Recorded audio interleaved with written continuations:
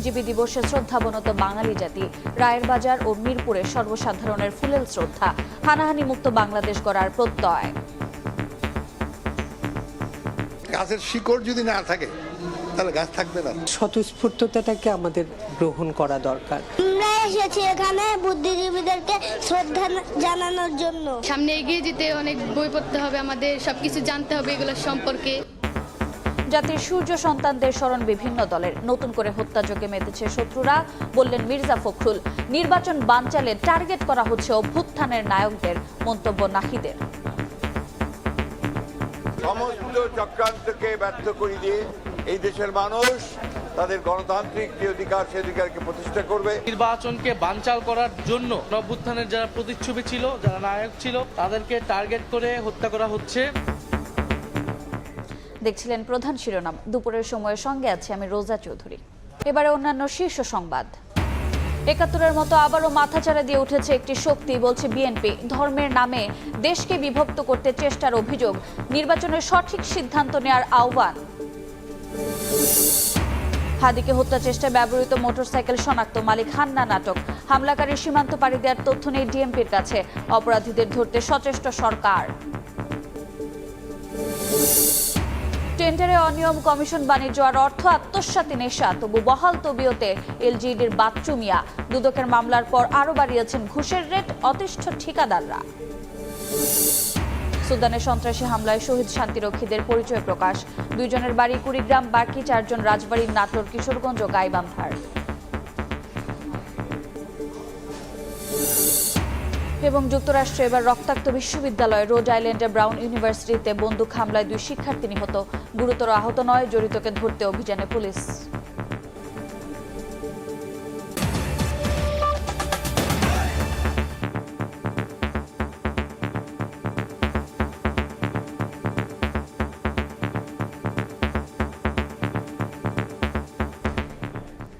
শহীদ বুদ্ধিজীবী দিবসে জাতির শ্রেষ্ঠ সন্তানদের স্মরণে শ্রদ্ধাবনত বাঙালি। সকালে রায়ের বাজার বধ্যভূমি ও মিরপুর শহীদ বুদ্ধিজীবী কবরস্থানে ফুল দেন নানা শ্রেণী পেশার মানুষ। জাতির শেকড় ৭১-কে আঁকড়ে ধরে সমৃদ্ধ ভবিষ্যৎ ও হানাহানি মুক্ত বাংলাদেশ গড়ার প্রত্যয় তরুণ প্রজন্মের। শাতিলা শারমিনের রিপোর্ট। ক্যামেরায় ছিলেন সাইফুল ইসলাম এবং ওমর ফারুক।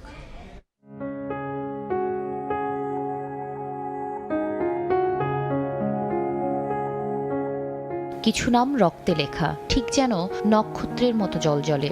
মৃত্যুঞ্জয়ী সেই বিপ্লবীদের স্মরণে শ্রদ্ধাবনত বাঙালি জাতি। পূব আকাশে সূর্য উকি দিয়ে মুখর হয়ে ওঠে রায়ের বাজার বধ্যভূমি ও মিরপুর শহীদ বুদ্ধিজীবী স্মৃতিসৌধ।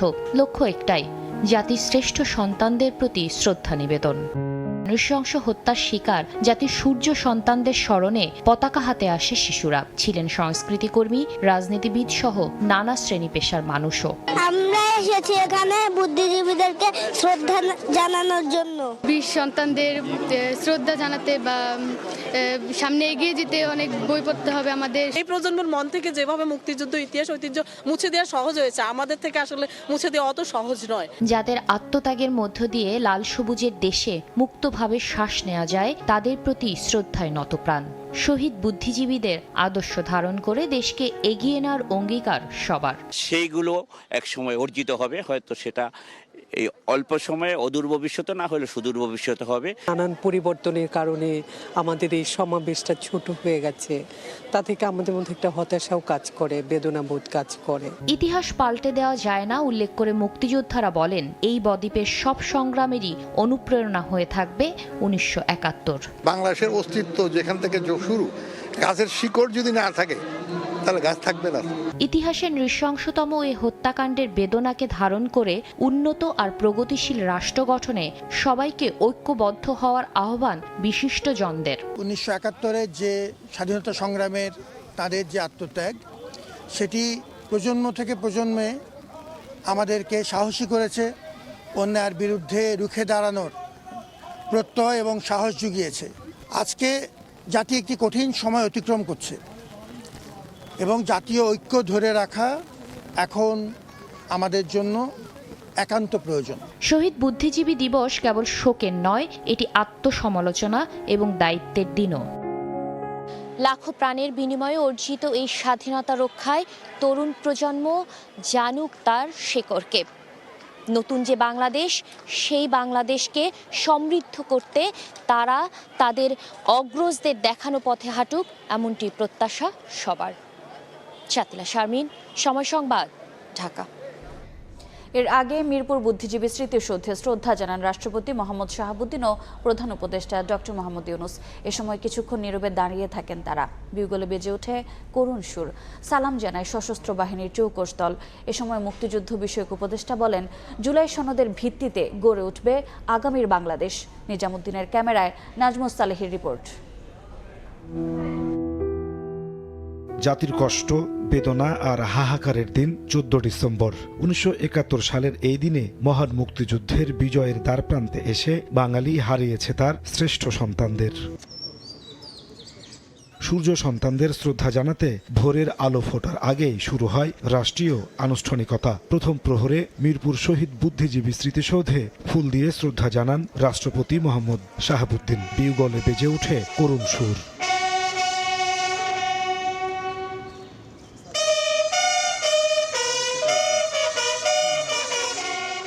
রাষ্ট্রপতির শ্রদ্ধা নিবেদনের পর স্মৃতিসৌধে আসেন অন্তর্বর্তী সরকারের প্রধান উপদেষ্টা ডক্টর মোহাম্মদ ইউনূস। রাষ্ট্রীয় আচার অনুযায়ী শহীদ বুদ্ধিজীবীদের স্মৃতির প্রতি সম্মান জানিয়ে কিছু সময় নীরবে দাঁড়িয়ে থাকেন তিনি। শ্রদ্ধা জানানো শেষে আমন্ত্রিত মুক্তিযোদ্ধাদের সঙ্গে কুশল বিনিময় করেন ডক্টর মোহাম্মদ ইউনূস। এরপর স্মৃতির মিনারে একে একে পুষ্পার্ঘ্য নিবেদন করেন প্রধান বিচারপতি ও উপদেষ্টা পরিষদের সদস্যরা। এ সময় মুক্তিযুদ্ধ বিষয়ক উপদেষ্টা ফারুক-ই আজম বলেন, আগামী নির্বাচনের মাধ্যমে জনগণই নির্মাণ করবে নতুন বাংলাদেশ। যতদিন বাংলাদেশ থাকবে এই বুদ্ধিজীবীদের শ্রদ্ধা নিবেদন এগুলি জাতি সব সময় করবে। মুক্তিযুদ্ধের মনন গঠনে, মানুষ গঠনে মুক্তিযুদ্ধের সময় তারা অনন্য ভূমিকা রেখেছেন এবং তারা কোনো সশস্ত্র ছিল না, তাদেরকে স্বগৃহ থেকে তুলে নিয়ে গিয়ে নৃশংসভাবে হত্যা করেছে। নতুন বাংলাদেশ তো জনগণ তৈরি করবে, এটা জনগণের অবস্থান থেকে জনগণের পার্টিসিপেশনে নতুন বাংলাদেশ গড়ে উঠবে। রাষ্ট্রপতি ও প্রধান উপদেষ্টা মিরপুর শহীদ বুদ্ধিজীবী স্মৃতিসৌধ থেকে চলে যাওয়ার পর সাধারণের জন্য তা উন্মুক্ত করা হয়। ফুলে ফুলে ভরে ওঠে প্রেরণার স্মৃতিসৌধ। আগতরা বলছেন, 1971-এর মহান মুক্তিযুদ্ধে যে স্বপ্ন নিয়ে বীর শহীদরা জীবনদান করেছিলেন তা এখনো বাস্তবায়ন হয়নি। 2024 সালে ছাত্র জনতার গণ অভ্যুত্থানের মধ্য দিয়ে নতুন করে বাংলাদেশ গড়ার যে সুযোগ এসেছে, সেখানে তেমন বাংলাদেশ গড়তে ভূমিকা রাখবে তরুণ প্রজন্ম। নাজমুস সালেহি, সময় সংবাদ, ঢাকা। শত্রুরা নতুন করে হত্যাযজ্ঞে মেতে উঠেছে বলে মন্তব্য করেছেন বিএনপি মহাসচিব মির্জা ফখরুল ইসলাম আলমগীর। মিরপুর শহীদ বুদ্ধিজীবী স্মৃতিসৌধে শ্রদ্ধা নিবেদন শেষে তিনি আশঙ্কা করেন সামনে পরিস্থিতি আরও খারাপ হতে পারে। এনসিপি আহ্বায়ক নাহিদ ইসলাম বলেছেন, নির্বাচন বানচালের জন্য গণ অভ্যুত্থানের নায়কদের টার্গেট করা হচ্ছে। শ্রদ্ধা জানিয়ে সাবেক উপদেষ্টা আসিফ মাহমুদ সজীব ভুইয়া অভিযোগ করেন, জুলাইয়ের পরাজিত শক্তি দেশকে মেধাহীন করতে চায়। সাইফুল ইসলামের ক্যামেরায় রাইদুল ইসলাম শুভর রিপোর্ট। দেশের জ্ঞান, মনন ও প্রজ্ঞার বাতিঘরে যারা আলো ছড়াতে চেয়েছিলেন, সেই আলোকবর্তিতাদের নৃশংসভাবে হত্যা করা হয় 71-এর 14 ডিসেম্বর। জাতির শ্রেষ্ঠ সন্তানদের মিরপুর ও রায়ের বাজার বধ্যভূমিতে ফুল দিয়ে শ্রদ্ধা জানান বিভিন্ন সংগঠনের পাশাপাশি রাজনৈতিক দলের নেতাকর্মীরা। এ সময় রাজনৈতিক দলের নেতারা বলেন, দেশে অনেক বুদ্ধিজীবী ফ্যাসিবাদের পক্ষে কাজ করেছে, যারা এখনও ইতিহাস বিকৃতির চেষ্টা করে যাচ্ছেন। কিছু বুদ্ধিজীবী তারা ফ্যাসিবাদের পারপাস সার্ভ করেছে। 24-এর মাধ্যমে আমরা দিল্লির আজাদি থেকে আমরা মুক্তি পেয়েছি। সুতরাং এ বাংলাদেশের রাজনীতি করতে হলে বাংলাদেশকে ধারণ করতে হবে। 24-এর গণ অভ্যুত্থানের যে আকাঙ্ক্ষা, সেটা 71 সালের আকাঙ্ক্ষারই ধারাবাহিকতা। যারা 24-কে 71-এর বিরুদ্ধে দাঁড় করাতে চাইছে, তাদের নিজস্ব রাজনৈতিক এজেন্ডা সামনে নিয়ে আসছে। তরুণ প্রজন্ম গণতন্ত্র, বৈষম্যহীনতা এবং সাম্যের স্বপ্ন দেখে, তার অবশ্যই মুক্তিযুদ্ধের চেতনা বাস্তবায়ন করেই এগিয়ে যাবে। ওসমান হাদির মতো অনেকের জীবন শঙ্কা আছে উল্লেখ করে আসিফ মাহমুদ সজীব ভুইয়া বলেন, জুলাইয়ের পরাজিত শক্তি মেধাহীন করতে চায় দেশকে। ফ্যাসিস্ট শক্তি তারা পরাজিত হওয়ার পর এদেশকে নেতৃত্বহীন করার জন্য আমাদের জুলাই গণঅভ্যুত্থানের নেতৃত্বদেরকে আরও অনেককে হিট লিস্টে রাখা হয়েছে।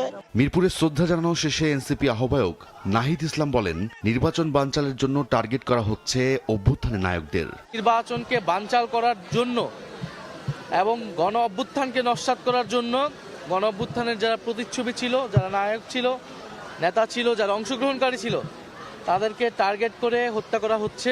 শ্রদ্ধা জানাতে গিয়ে বিএনপি মহাসচিব মির্জা ফখরুল ইসলাম আলমগীর অভিযোগ করেন, দেশ গড়ার অগ্রযাত্রায় নির্বাচনের পথকে বাধাগ্রস্ত করতে কিলিং মিশনে নেমেছে একটি গোষ্ঠী। সামনে আরও খারাপ সময় আসার শঙ্কা প্রকাশ করেন তিনি। আবার নতুন করে বাংলাদেশের শত্রুরা এই হত্যাকাণ্ডে মেতে উঠেছে। গত পরশু যে হত্যাকাণ্ড হয়েছে, আমরা তো তীব্র নিন্দা জানিয়েছি এবং আমরা আশঙ্কা করছি যে এইরকম আরও ঘটনা ঘটতে পারে। বুদ্ধিজীবীদের স্বপ্নের অসাম্প্রদায়িক, শোষণমুক্ত ও ন্যায়ভিত্তিক সমাজ প্রতিষ্ঠার জন্য কাজ করার আহ্বান জানান রাজনৈতিকরা। রাইদুল ইসলাম শুভ, সময় সংবাদ, ঢাকা। ৭১-এর মতো আবারও মাথাচাড়া দিয়ে উঠেছে একটি শক্তি, যারা ধর্মের নামে দেশকে বিভক্তের চেষ্টা করছে বলে মন্তব্য করেছেন বিএনপি মহাসচিব মির্জা ফখরুল ইসলাম আলমগীর। নির্বাচনে দেশের মানুষ সঠিক সিদ্ধান্ত নেবে বলেও আশা তার। জাতীয়তাবাদী মুক্তিযোদ্ধা দলের অনুষ্ঠানে সন্ত্রাসীদের বিরুদ্ধে প্রতিরোধ গড়ে তোলার আহ্বান জানান নেতারা। তারপরে রাজাকাররা রাজধানীর কাকরাইলে ইনস্টিটিউশন অব ডিপ্লোমা ইঞ্জিনিয়ার্স মিলনায়তনে মহান বিজয় দিবস উপলক্ষে আলোচনা সভার আয়োজন করে জাতীয়তাবাদী মুক্তিযোদ্ধা দল। সভায় প্রধান অতিথি ছিলেন বিএনপি মহাসচিব মির্জা ফখরুল ইসলাম আলমগীর। বলেন, জাতীয় নির্বাচনে দুটি শক্তি রয়েছে, একটা উদার গণতন্ত্রপন্থী, আরেকটি পিছিয়ে পড়া শক্তি। সেই পিছিয়ে পড়া শক্তি আবারও মাথাচাড়া দিয়ে উঠছে। অতীতে যেভাবে আমরা সমস্ত চক্রান্তকে নস্যাৎ করে দিয়েছি জনগণের ঐক্য দিয়ে, আজকে আবার সেই দিন উপস্থিত হয়েছে যে জনগণের মধ্যে ঐক্য সৃষ্টি করে আসন্ন নির্বাচনকে আমাদের জনগণের যে আকাঙ্ক্ষা, একটা গণতান্ত্রিক বাংলাদেশ, তারেক রহমানের ৩১ দফার বাংলাদেশ, সেই বাংলাদেশ যেন আমরা নির্মাণ করতে পারি।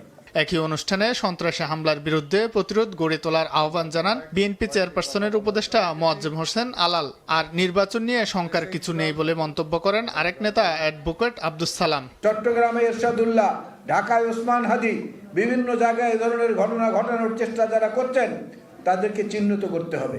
আরেকটা প্রতিরোধ যুদ্ধ তৈরি করতে হবে।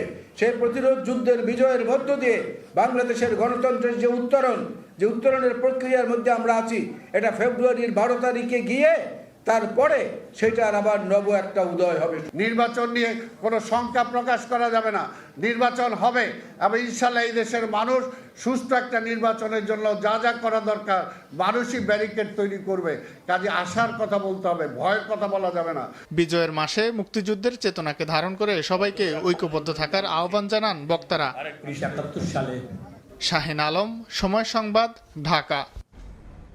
ওসমান হাদিকে হত্যা চেষ্টায় ব্যবহৃত মোটরসাইকেলটি শনাক্ত করেছে আইন শৃঙ্খলা বাহিনী। মোটরসাইকেলের মালিক আব্দুল হান্নান সহ আটক করা হয়েছে 2 জনকে। সন্দেহভাজন হামলাকারী ফয়সাল করিম দাউদ খান ভারতে পালিয়ে গেছে কিনা সে বিষয়ে পুলিশের কাছে কোনো তথ্য নেই বলে জানিয়েছে ডিএমপির মিডিয়া সেল। এদিকে ওসমান হাদির অবস্থা এখনও আশঙ্কাজনক এবং অপরিবর্তিত বলে জানিয়েছেন চিকিৎসক। সিটি স্ক্যান করার পর এ তথ্য জানানো হয়। দিনে দুপুরে হাদির ওপর গুলিবর্ষণের ঘটনা আলোচনার ঝড় তোলে দেশের রাজনীতিতে। যদিও এখনও লাপাত্তা মূল হামলাকারী, তবে হামলায় ব্যবহৃত মোটরসাইকেলের মালিককে আটক করতে পেরেছে ডিএমপি। বাইকের নম্বর প্লেটের সূত্র ধরে সিসি ক্যামেরার ফুটেজ বিশ্লেষণের পর গত রাত 3টার দিকে রাজধানীর মোহাম্মদপুর থেকে আটক করা হয় মোটরসাইকেল মালিক আব্দুল হান্নানকে। তবে হান্নান হামলায় জড়িত কিনা সেটি এখনও নিশ্চিত নয় পুলিশ। রোববার দুপুরে ডিএমপি মিডিয়া সেন্টারে ডিএমপির মুখপাত্র এসব তথ্য জানান। টার্গেট কিলিং এরকম শঙ্কা আমরা দেখছি না। তারপর আমরা সম্ভাব্য সবকিছু মাথায় রেখে আমাদের নিরাপত্তা পরিকল্পনা গ্রহণ করেছি এবং আশা করি এই সব ঘটনায় আতঙ্কিত হওয়ার কিছু নেই। এরকম ঘটনা পুনরাবৃত্তি এড়াতে এবং নগরবাসীর যে যানমালের নিরাপত্তার জন্য এবং আসন্ন নির্বাচনের পরিবেশটাকে আরো একটু সুন্দর এবং সুষ্ঠু করার জন্য আমাদের প্রচেষ্টা অব্যাহত রয়েছে। রোববার সকাল থেকে বিভিন্ন গণমাধ্যমে খবর আসে দাউদ খান ভারতে পালিয়ে গেছেন। এর আগে ঢাকা থেকে সিলেটগামী একটি ট্রেনে হামলাকারী দাউদের ছবি ছড়িয়ে পড়ে সামাজিক যোগাযোগ মাধ্যমে। তবে দাউদ ভারতে পালিয়ে গেছে কিনা এ সংক্রান্ত কোনো তথ্য নেই পুলিশের কাছে। বিভিন্ন তথ্যসূত্র থেকে প্রাপ্ত যে তথ্যগুলো সেগুলো আমরা বিশ্লেষণ করছি। আদৌ আসলে তার যে আপনি বলেছেন সীমান্ত পাড়ি দেওয়ার কথা, এই সংক্রান্ত তথ্য এই মুহূর্তে আমাদের কাছে নেই। তবে আমরা চেষ্টা করছি, সম্ভাব্য সব জায়গায় অভিযান পরিচালনা করা হচ্ছে। আসন্ন ত্রয়োদশ জাতীয় সংসদ নির্বাচনের প্রার্থীদের নিরাপত্তার বিষয়টি বিবেচনায় আছে জানিয়ে তিনি বলেন, নির্বাচনী পরিবেশ সমুন্নত রাখতে যা করা প্রয়োজন সেটাই করবে পুলিশ। সমুন্নত রাখা। এদিকে ওসমান হাদির অবস্থা আশঙ্কাজনক এবং অপরিবর্তিত জানিয়েছেন চিকিৎসকরা। রোববার সকালে তার একটি সিটি স্ক্যান করা হয়। পরে ব্রিফিংয়ে সবশেষ তথ্য জানান চিকিৎসক। ব্রেনের স্টেমে যে ইনজুরিটা ছিল সেটা মারাত্মকভাবে ক্ষতিগ্রস্ত হয়েছে এবং ব্রেনে ইস্কেমিয়া আমরা দেখেছি যে অক্সিজেন স্বল্পতা যেটা আমরা লক্ষ্য করেছিলাম সেটা আরও প্রমিনেন্ট হয়েছে এবং ব্রেনের যে বিভিন্ন জায়গাতে তার ম্যাসিভ ব্লাড ট্রান্সফিউশনের জন্য 6 ব্যাগ ব্লাড এবং 5 ব্যাগ ফ্রেশ ফ্রোজেন প্লাজমা পেয়েছে। এ সময় তিনি আরও জানান, সামাজিক যোগাযোগ মাধ্যমের বিভিন্ন গ্রুপ থেকে ইনকিলাব মঞ্চের সদস্যদের হুমকি দেয়া হচ্ছে, ছড়িয়ে দেয়া হয়েছে বাসার ঠিকানাও। আত্মজ রহমান, সময় সংবাদ, ঢাকা। ওসমান হাদির শারীরিক অবস্থার সর্বশেষ খবর জানাতে এভারকেয়ার হাসপাতালের সামনে আছেন সহকর্মী আদনান দুর্য। সরাসরি যাচ্ছে তার কাছে। ইনকিলাব মঞ্চের মুখপাত্র এবং ঢাকা ৮ আসনের সম্ভাব্য সংসদ সদস্য প্রার্থী জনাব শরীফ ওসমান হাদির অবস্থা কিন্তু এখনও আশঙ্কাজনক। গুলিবিদ্ধ হওয়ার তৃতীয় দিনে আজ সকালবেলা একজন চিকিৎসক এসে কিন্তু আমাদেরকে যে তথ্য জানিয়েছেন তার সম্পর্কিত পরিবর্তিত যে চিকিৎসা পদ্ধতি তার সম্পর্কে তিনি আমাদের জানিয়েছেন তার অবস্থা এখনও আশঙ্কাজনক অবস্থায় রয়েছে। তার মস্তিষ্কে যে গুলিটি করা হয়েছিল সেই গুলির কিছু অংশ, স্প্রিন্টারের কিছু অংশ এখনও তার মস্তিষ্কে রয়ে গেছে বলে উনি জানিয়েছেন এবং ঠিক সেই কারণেই ওনার অবস্থা এখনও অপরিবর্তিত এবং আশঙ্কাজনক রয়েছে বলে আমরা সর্বশেষ তথ্য মতে জানিয়েছি। এছাড়াও ওনার শারীরিক যে অবস্থা রয়েছে তার মধ্যে ওনার ফুসফুসে কিছু জটিলতা ছিল। সেই ফুসফুসের জটিলতার কারণে আসলে চিকিৎসার পদ্ধতি বা পরবর্তী চিকিৎসা আসলে কি হবে তা নিয়ে চিকিৎসকেরা বেশ চিন্তিত অবস্থায় ছিলেন এবং ওনার মস্তিষ্কে অক্সিজেনের পরিমাণ, গুলিবিদ্ধ হওয়ার কারণে মস্তিষ্কে অক্সিজেনের পরিমাণও কমে যাওয়ার একটি খবর আমাদের কাছে ছিল। তবে সেই শঙ্কা আপাতত কেটে গেছে বলে চিকিৎসকরা আমায় জানিয়েছেন। তবে সম্পূর্ণভাবে উনি এখনও সচেতন অবস্থাতেও আসেনি এবং তার শঙ্কা এখনও কাটেনি। এছাড়াও চিকিৎসা পদ্ধতির কিছু জটিলতা উনি আমাদের কাছে শেয়ার করেছিলেন। সেখান থেকে বলা যায় বর্তমানে ওনার কিডনিতে কিছু জটিলতা ছিল এবং কিডনিতে পানি চলে আসছিল, তা নিয়ে চিকিৎসকরা শঙ্কায় ছিলেন। তবে আপাতত কিছুটা এই বিষয়ে আসলে স্বস্তিতে থাকা যাবে বলে চিকিৎসকরা জানিয়েছেন। এছাড়াও ওসমান হাদিতে আসলে বিদেশে চিকিৎসা করতে নেওয়ার জন্য বেশ কিছু তথ্য আমাদের কাছে এসেছিল। সেই বিষয়ে আমরা তার কাছে জানতে চাই। তিনি বলেছেন এটি সম্পূর্ণরূপে আসলে মেডিকেল বোর্ড এবং তার পরিবারের সদস্যদের উপর নির্ভর করছেন। এছাড়াও মালয়েশিয়া, সিঙ্গাপুর বেশ কিছু হসপিটালে তারা যোগাযোগ করছেন বলে তারা আমাদেরকে জানিয়েছেন। কিন্তু পরবর্তী পদক্ষেপ এবং আসলে তাকে বিদেশে নেওয়া হবে কিনা তা সম্পূর্ণরূপে পরিবার এবং মেডিকেল বোর্ডের সদস্যদের উপরে নির্ভর করছে। এছাড়াও আপনারা জানেন গতকাল রাতে কিন্তু ওসমান হাদির উপর যে তাকে উপর যে আটক করা হয়েছে সেই মোটরসাইকেলটি কিন্তু গ্রেফতার করা হয়েছে এবং আজ সকালে এসেই কিন্তু চিকিৎসকরা তার শারীরিক স্বাস্থ্য সম্পর্কে আমাদের সর্বশেষ ব্রিফটি করেছেন। এই ছিল এভারকেয়ারের সামনে থেকে ওসমান হাদির সম্পর্কে আমার কাছে সর্বশেষ তথ্য। সরাসরি যুক্ত ছিলাম এভারকেয়ার হাসপাতালের সামনে থেকে। ওসমান হাদির ওপর হামলাকারীদের ধরতে সরকার সর্বোচ্চ চেষ্টা করছে বলে জানিয়েছেন তথ্য উপদেষ্টা সৈয়দা রিজওয়ানা হাসান। এদিকে ফ্যাসিবাদী শক্তিকে দমন করার হুঁশিয়ারি দিয়ে স্থানীয় সরকার উপদেষ্টা আদিলুর রহমান খান বলেন, জুলাই যোদ্ধাদের পাশে দাঁড়িয়ে জনগণের স্বার্থ রক্ষা করা হবে। সকালে সচিবালয়ে আলাদা সংবাদ সম্মেলনে সাংবাদিকদের প্রশ্নের জবাবে এ কথা জানান তারা।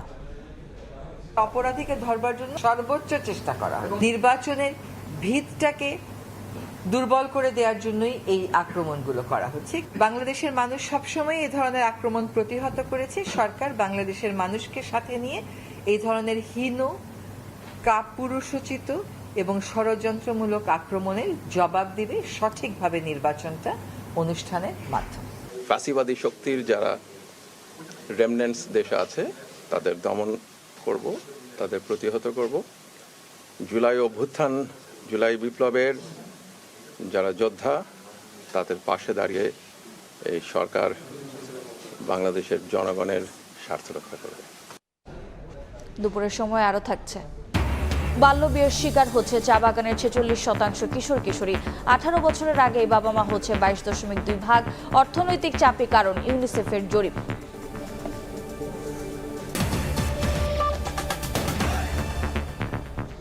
জেআইসি সেলে গুমের মামলায় শেখ হাসিনা সহ 13 জনের বিরুদ্ধে অভিযোগ গঠনের আদেশ পিছিয়ে 18 ডিসেম্বর এবং টিএফআই সেলে গুমের মামলার আদেশের জন্য 21 ডিসেম্বর ধার্য করা হয়েছে। জেআইসি সেলে গুমের মামলায় শেখ হাসিনা ছাড়াও ডিজিএফআই এর সাবেক 5 মহাপরিচালক, 5 পরিচালক ও একজন লেফটেন্যান্ট কর্নেল আসামির মধ্যে গ্রেফতার 3 জনকে ট্রাইব্যুনালে হাজির করা হয় সকালে। আসামিদের বিরুদ্ধে ডিজিএফআই এর নিয়ন্ত্রণাধীন জেআইসি সেলে 26 জনকে গুম করে নির্যাতন সহ 5টি সুনির্দিষ্ট অভিযোগ রয়েছে। এদিকে র্যাবের টিএফআই সেলে গুমের মামলায় আনুষ্ঠানিক অভিযোগ গঠনের শুনানি শেষে আদেশের দিন ঠিক করা হয়। এ মামলায় গ্রেফতার সাবেক বর্তমান 10 সেনা কর্মকর্তাকেও ট্রাইব্যুনালে হাজির করা হয়। পলাতক রয়েছেন শেখ হাসিনা সহ 7 জন। এছাড়া সকালে জুলাই আন্দোলনের সময় রামপুরায় 28 জনকে হত্যায় লেফটেন্যান্ট কর্নেল রেদওয়ানুল ইসলাম ও মেজর রাফাত বিন আলমকে ট্রাইব্যুনালে হাজির করা হয়। পলাতক রয়েছেন পুলিশের 2 কর্মকর্তা। সুদানে জাতিসংঘ ঘাঁটিতে সন্ত্রাসী হামলায় নিহত বাংলাদেশ সেনাবাহিনীর 6 শান্তিরক্ষীর পরিচয় প্রকাশ করেছে আন্তঃবাহিনী জনসংযোগ পরিদপ্তর আইএসপিআর। শহীদ শান্তিরক্ষীদের মধ্যে রয়েছেন নাটোরের কর্পোরাল মোহাম্মদ মাসুদ রানা, কুড়িগ্রামের সৈনিক মোহাম্মদ মমিনুল ইসলাম ও সৈনিক শান্ত মণ্ডল, রাজবাড়ির সৈনিক শামীম রেজা, কিশোরগঞ্জের মেস ওয়েটার মোহাম্মদ জাহাঙ্গীর আলম এবং গাইবান্ধার লন্ড্রি কর্মচারী মোহাম্মদ সবুজ মিয়া। এছাড়া সন্ত্রাসী হামলায় আহত হন বাংলাদেশ সেনাবাহিনীর 8 শান্তিরক্ষী। গুরুতর আহত সৈনিক মোহাম্মদ মিসবাউল কবিরের অস্ত্রোপচারের পর নিবিড় পর্যবেক্ষণে আছেন। শঙ্কামুক্ত রয়েছেন বাকি 7 জন। শনিবার স্থানীয় সময় বিকেল 3:40 বিচ্ছিন্নতাবাদী একটি সশস্ত্র গোষ্ঠীর ড্রোন হামলায় এই হতাহতের ঘটনা ঘটে।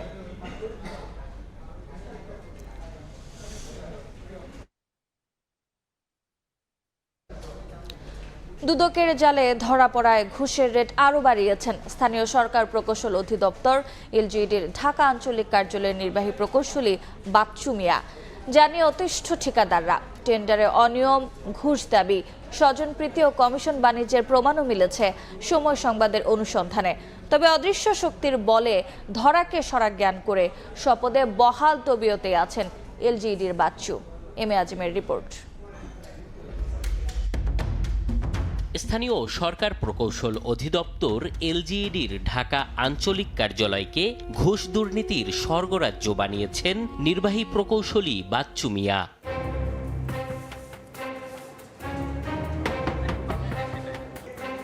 সময় সংবাদের হাতে আসে অসংখ্য নথিপত্র, যা বিশ্লেষণ করলে দেখা যায় টেন্ডার আহ্বান থেকে শুরু করে কাজ প্রদান আর অর্থ মঞ্জুরি, প্রতিটি ক্ষেত্রেই কমিশন বাণিজ্য, অনিয়ম আর দুর্নীতি করছে নির্বাহী প্রকৌশলী বাচ্চু মিয়া।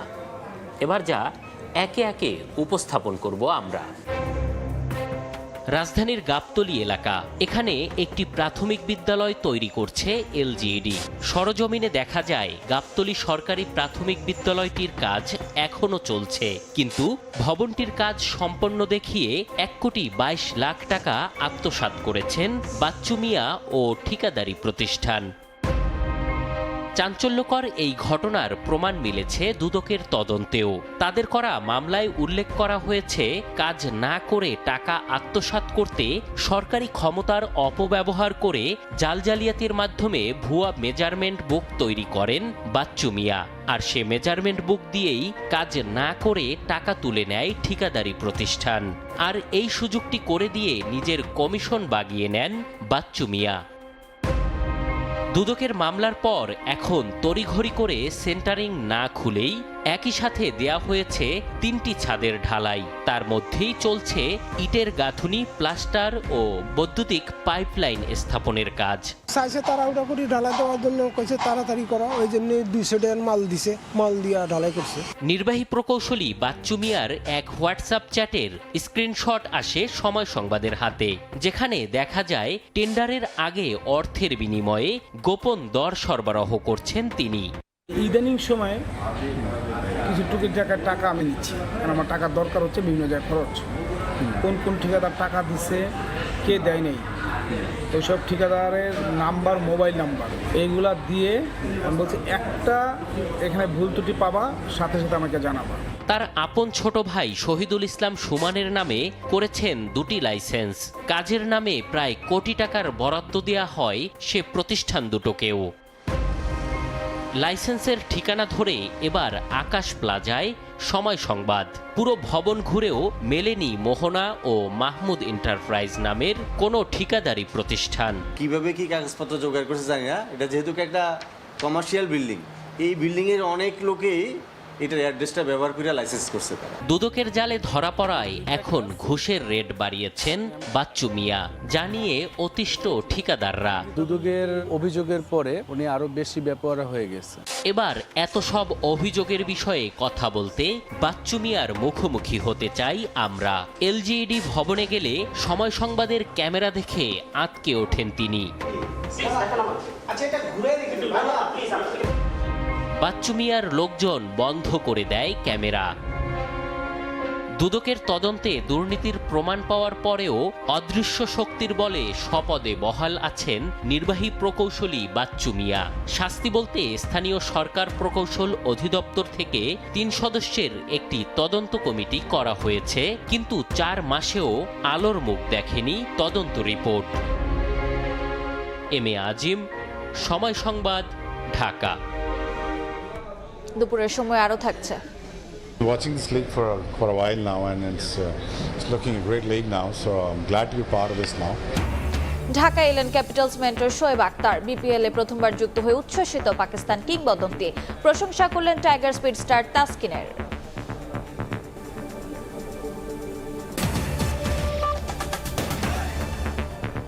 নারায়ণগঞ্জে বুড়িগঙ্গা নদীতে লঞ্চের ধাক্কায় বালুবাহী বাল্কহেড ডুবে গেছে, তবে সাঁতরে রক্ষা পেয়েছেন 5 শ্রমিক। সকালে নদীর পূর্ব পারে ফতুল্লা লঞ্চ ঘাটের এই দুর্ঘটনার ফুটেজ সামাজিক যোগাযোগ মাধ্যমে ছড়িয়ে পড়ে।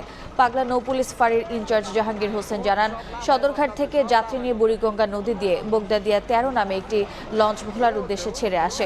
ফতুল্লার লঞ্চ ঘাট এলাকায় বালুবাহী একটি বাল্কহেডকে ধাক্কা দিলে সেটি তলিয়ে যায়। তবে বাল্কহেডের সুকানি সহ 5 শ্রমিক নদীতে ঝাঁপ দিয়ে সাঁতার কেটে তীরে উঠে আসেন। পরে লঞ্চটি জব্দ করে ফতুল্লা টার্মিনালে নিয়ে নোঙর করা হয়।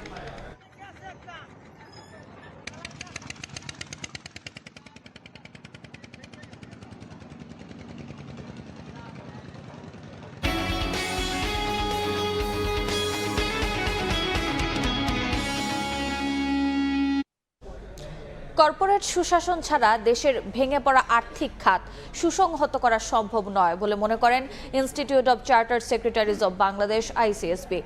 আর তা নিশ্চিতে কোম্পানি সচিবদের দক্ষতাকে যথাযথ কাজে লাগানোর তাগিদ দিচ্ছে সরকারি সংস্থাটি।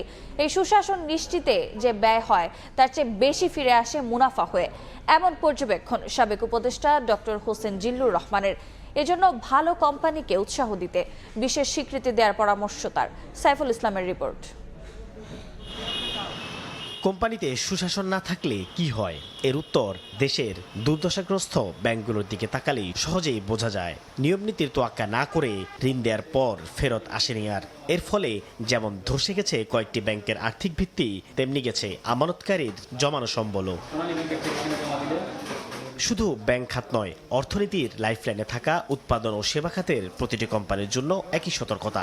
সুশাসন চর্চার মাধ্যমে স্বচ্ছতা ও জবাবদিহির সংস্কৃতি অর্জন করতে না পারলে বিনিয়োগকারীদের আস্থা অর্জন সম্ভব নয়। কোম্পানিগুলিকে আমরা to encourage to promote the compliance of the corporate governance এবং OECD corporate governance guideline comply করার জন্য, সুশাসন প্রতিষ্ঠার জন্য আমরা আইসিএসবি থেকে প্রথম এটা প্রতিষ্ঠা করি। এই অ্যাওয়ার্ডিং প্রসেসটা প্রত্যেক বছর অনুষ্ঠিত হয় এবং এখানে আমরা বর্তমানে এবছর 14টা ক্যাটাগরি আছে। কর্পোরেট সুশাসনকে উজ্জীবিত করতে ভালো কোম্পানিকে বিশেষ স্বীকৃতি দেওয়ার পরামর্শ তত্ত্বাবধায়ক সরকারের সাবেক এই উপদেষ্টার। আপনারা যে ভালো করেন, আপনাদের জন্য একটা পাবলিক অ্যাকনলেজমেন্ট, এটা অ্যাওয়ার্ড দেওয়া মানে তো হচ্ছে এক ধরনের পাবলিক অ্যাকনলেজমেন্ট হলো। আরেকটা হচ্ছে ওদের ঘাটতি, যারা পারলো না তাদের উপর একটু চেষ্টা করা, যে তারা কেন পারলো না, তাদের মার্কস হয়তো একটু কম, সেটা আরও কীভাবে উন্নত করা যায়। এই অর্থনীতিবিদের পর্যবেক্ষণ, কোম্পানিতে সুশাসন প্রতিষ্ঠায় যে অর্থ ব্যয় হয় তার চেয়ে বেশি ফেরত আসে মুনাফা হয়ে। সুষ্ঠু প্রক্রিয়ার মধ্যে হলে বিজনেসও কিন্তু আরও ভালো করতে পারে। তারা ইনভেস্টরের কনফিডেন্স পাবে, তারা ইনভেস্টমেন্ট পাবে এবং তাদের সমাজের মধ্যে তাদের রেপুটেশনটা আরও ভালো হবে। সুতরাং এটা বাড়তি খরচের কোনো বিষয় না, বরং এটা একটা যেটা বলে আমরা কমপ্লায়েন্ট। আর্থিক খাতের সুশাসন নিশ্চিতে গেল এক যুগ ধরে institute of Chartered Secretaries of Bangladesh ICSB পুঁজিবাজারে তালিকাভুক্ত সেরা কোম্পানিগুলোকে অ্যাওয়ার্ড দিয়ে আসছে। আগামী 15 ডিসেম্বর রাজধানীর একটি হোটেলে বসবে এর 12তম আসর। সাইফুল ইসলাম, সময় সংবাদ, ঢাকা। চা বাগানগুলোতে কোনোভাবে বন্ধ হচ্ছে না বাল্যবিবাহ। ইউনিসেফের জরিপে সিলেট বিভাগে চা বাগানের কিশোর কিশোরীদের মধ্যে 46% বাল্যবিয়ের শিকার, আর 22.2% কিশোরী 18 বছরের আগে মাতৃত্ব পেয়েছে। সরকারি উদ্যোগ ও এনজিও কার্যক্রম থাকা সত্ত্বেও চা শ্রমিক সম্প্রদায়ের মধ্যে বাল্যবিয়ে রোধ করা যাচ্ছে না। বাংলাদেশের চা বাগান সংলগ্ন এলাকাগুলোতে সামাজিক, অর্থনৈতিক ও সাংস্কৃতিক বিভিন্ন কারণে কন্যা শিশুদের বাল্যবিয়ে এখনো একটি বড় সমস্যা। দরিদ্রতা ও আর্থিক অনিশ্চয়তা চা বাগানের শ্রমিকদের স্বাভাবিক জীবনযাপন ব্যাহত করছে। আমার কম বয়সে বিয়ে হওয়ার কারণ হচ্ছে আমার তো বাবা নাই, আমার 3 বোন আছে, এরা চলাবার মতন কেউ নাই, লেখাপড়া করাইতে পারে না, যার কারণে তাদের এসে বিয়ে দিয়ে দেয়। আর্থসামাজিক প্রেক্ষাপটে যুগের সাথে তাল মিলিয়ে টিকতে না পেরে চা বাগানের শ্রমিকেরা তাদের কন্যা সন্তানদের কম বয়সে বিয়ে দিয়ে দিচ্ছে। এই অবস্থায় সকলে সরকারের সহযোগিতা কামনা করেছেন। সরকারের কাছে আকুল আবেদন করব যাতে এই মেয়েদের জীবন বাঁচানোর জন্য ভালো কিছুটা প্রণোদনা এবং সাহায্য সহযোগিতা করে যাতে লেখাপড়া করে তারা আরো মানুষের মতো মানুষ হতে পারে। সংশ্লিষ্টদের দাবি, বাল্যবিয়ে বন্ধে বাগান পঞ্চায়েত ও চা বাগান শ্রমিক ইউনিয়ন তেমন ভূমিকা রাখতে পারছে না।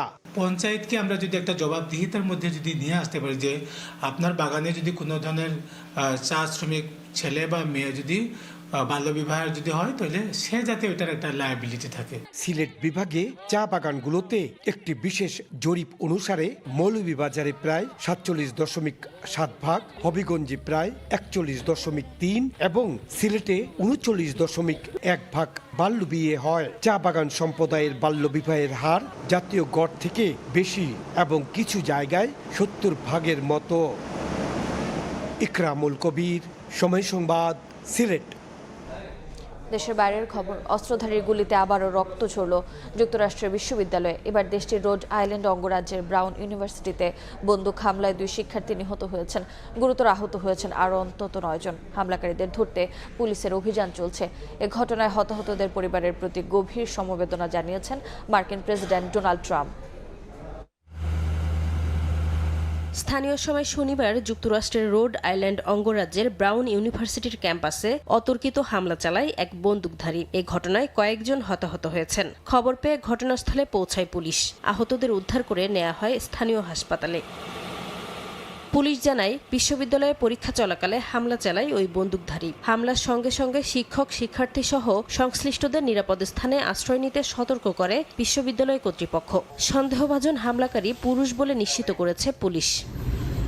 এ ঘটনায় তদন্ত চলমান রয়েছে বলে জানিয়েছেন প্রভিডেন্স শহরের মেয়র ব্রেড স্মাইলি। সাংবাদিকদের সঙ্গে ব্রিফিংয়ে পুরো এলাকায় শেল্টার ইন প্লেস নির্দেশনা জারি করা হয়েছে বলেও জানান মেয়র। এই নির্দেশনা বহাল থাকা পর্যন্ত ক্যাম্পাসের আশপাশে বসবাসকারীদের ঘরের ভেতরে অবস্থানের আহ্বান জানানো হয়েছে। হতাহতের সংখ্যা বাড়তে পারে বলেও আশঙ্কা প্রকাশ করেছেন স্মাইলি।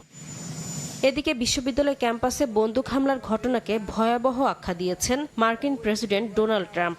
পাশাপাশি হতাহতদের পরিবারের প্রতি সমবেদনা জানান তিনি।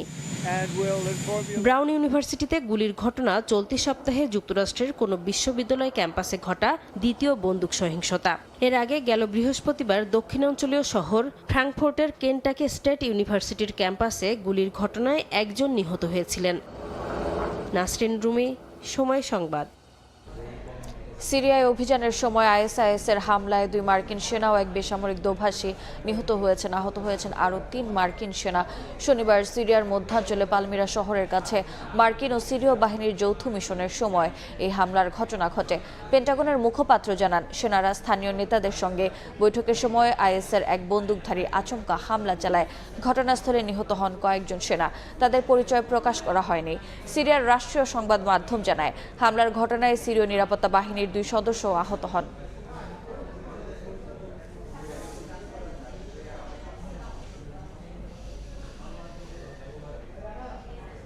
খেলার খবর, ঢাকায় এলেন ক্যাপিটালস মেন্টর পাকিস্তানের কিংবদন্তি শোয়েব আখতার। বিপিএলে প্রথমবারের মতো যুক্ত হয়ে উচ্ছ্বসিত বিশ্বের দ্রুততম বোলার। আলাদা করেই প্রশংসা করেছেন ঢাকা ক্যাপিটালসের পেসার তাসকিন আহমেদের। টাইগার স্পিড স্টারকে পরামর্শ দিয়েছেন নিজের গতি ধরে রেখে বল করার। ঢাকা ক্যাপিটালস সমর্থকদের সঙ্গে দেখা করতে উদ্গ্রীব সাবেক এই গতি তারকা। শোয়েব আখতারের সাক্ষাৎকার নিয়ে সাজিদ মুস্তাহিদ। শোয়েব আখতার চলে এসেছে ঢাকা ক্যাপিটালসের mentor. How does it feel? You came back after a long time. I mean, I just feel like coming back home, and it's great to be back. You know my immense love for Bangladesh, and I always, I had a huge fan following in this country, and I always good to be back in Bangladesh, and I feel very nice when I come back, and it's great weather to come back, and especially they asked me to come back for Dhaka Capitals, and looking forward to it. This is the first time you are collaborating for the BPL. How does it feel? I mean, we've been watching this league for a while now, and it's looking a great league now. So I'm glad to be part of this now, and looking forward to it. I mean, basically, as you know, that I had a huge admiration for Bangladeshis. Right. I think one of the smartest, one of the nicest people that you come across is Bengalis, right? So, and I think, I can't wait to just interact with them and to be part of it. Any message for the Dhaka Capitals fans? Huge fan of Dhaka Capitals here in Bangladesh. Well, I'm here now, and let's meet each other. And would love to get to see and interact with the Bangladeshis as much as I can, because it's very important. Because I had a huge, immense love for the Bangladeshis. So I'm glad to be back. I'm really happy to be. You know Taskin Ahmed, the speed star of Bangladesh. He's the player of Dhaka Capitals. What do you expect from the speed star in this upcoming BPL, and how do you want to help the fast bowlers of Dhaka Capital or the bowlers here in Bangladesh?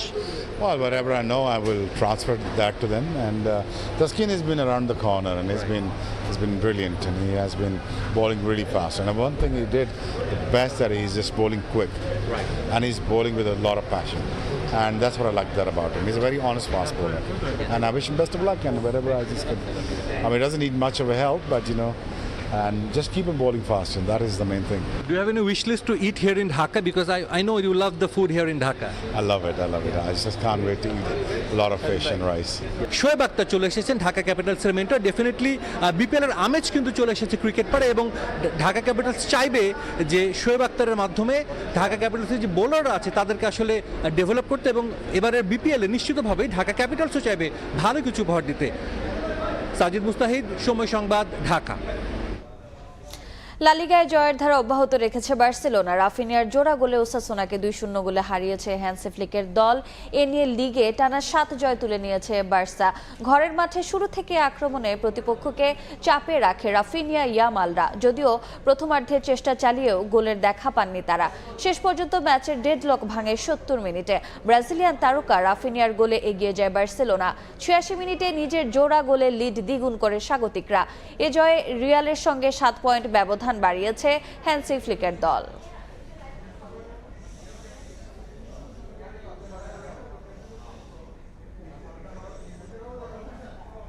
এ পর্যায়ে শীর্ষ সংবাদগুলো জানিয়ে দিচ্ছি আরেকবার।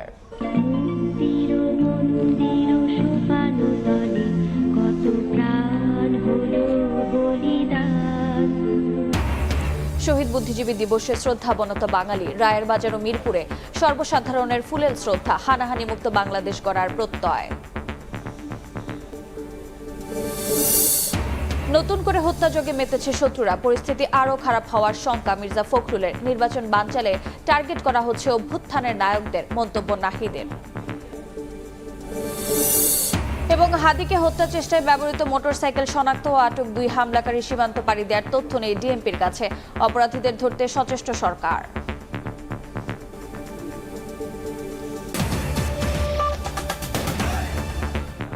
এ ছিল দুপুরের সময়ে। বিকেল ৩টার সময় সংবাদ নিয়ে আসছি কিছুক্ষণ পর। সঙ্গে থাকুন সময়ের।